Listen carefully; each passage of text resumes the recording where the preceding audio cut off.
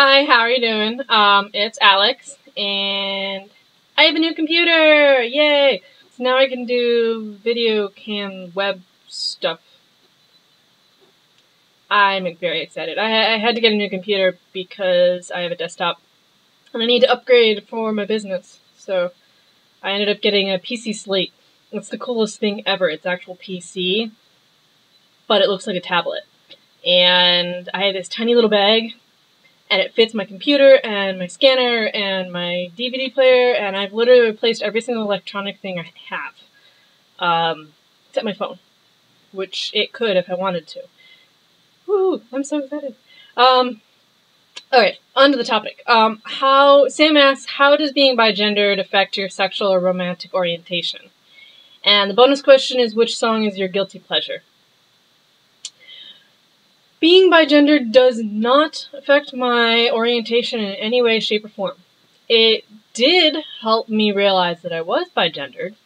I grew up in a very Christian conservative place, and I knew I was attracted to females. Sometimes, not all the time. And that really confused me, and where I lived didn't have a whole lot of openness to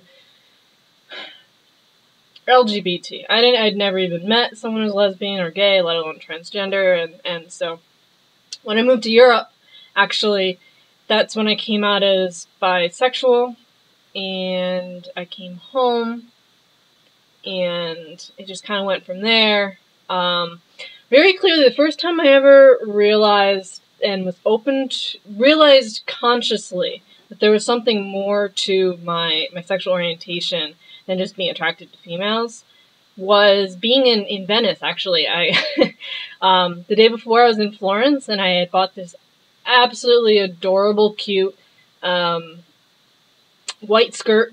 It was a designer Italian skirt with a blue floral, and I had a blue halter tank top, and I wore heels, and I spent the day in Venice just rocking it out in my very awesome outfit. And I remember walking down the street and realizing that there was more to me liking girls than just me feeling feminine and being lesbian or something. As I've gotten deeper into the gender thing, it's become more and more clear that they're two entirely separate things. And my sexual orientation actually switches. I switch back and forth, kind of like I switch with genders, but there doesn't seem to be any correlation. There's no pattern. It seems to be completely random. I don't know what it is or what's going on.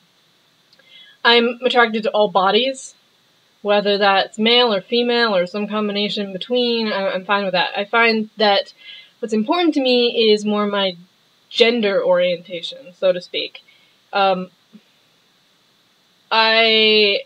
attracted only, if you think of my 5-bucket theory, with masculine males, feminine males, the middle stuff, androgyny and genderqueer and all that kind of stuff,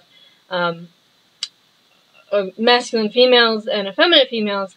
I am only attracted to feminine females and effeminate males. And most of the time, it is just effeminate males. The kind of cool thing is that gender is so mutable, and there's so much overlap between what male is and what female is, that sometimes I actually find effeminate male genders in bio-female people, which I think is kind of cool. Noticing that is what helped me develop the 5-bucket theories for the genders. And something that VA mentioned on the forum just the other day was how there seems to be absolutely 100% overlap between males and females. There's almost no difference between us other than a couple appendages. And I really think gender is the same way. Sometimes you find masculine females or effeminate males in the other body. sex that aren't transgendered, that they're completely comfortable like that.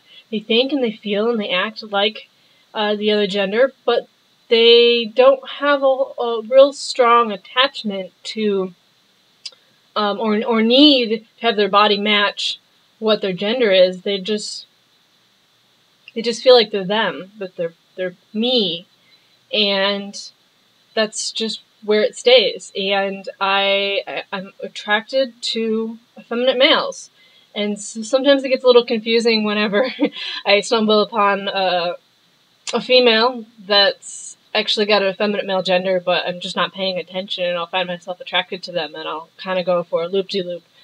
Holy crap! I'm like attracted to butch females, and then when I take a closer look, I realize it's actually an effeminate male gender and not a masculine female gender at all. And so that sometimes throws me. Bonus question. What is your guilty pleasure? I have two. When I'm in the car, it's country music.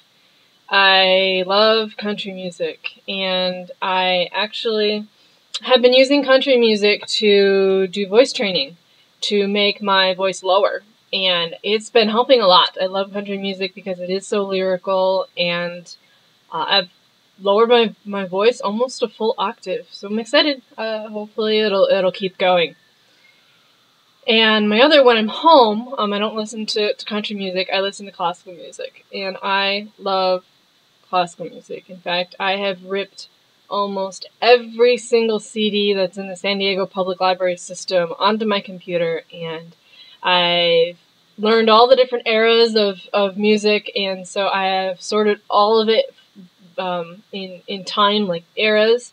So I've got my Middle Ages, and then my Renaissance, and then my classical, and Baroque, and Romantic, and Impressionist, just the whole way down. I love it. There's almost nothing about classical music that I don't love. Classical music. True classical music is actually a very, very short window of time within the entire range of classical music. And whether it's opera or symphonies or whatever, sonatas, traditional instruments, you name it. In fact, if I had a choice, I would go to the symphony, I'd go to the orchestra, I'd go to private musical showings, the opera, theater, almost every single week. Yeah, that's my guilty pleasure. Alright, take care. Next week, I'm actually asking the question, and it will be, if you could choose one gender instead of two, what would you choose, and why? And if applicable, if you did choose just one gender, what gender would that be? So, see you next week.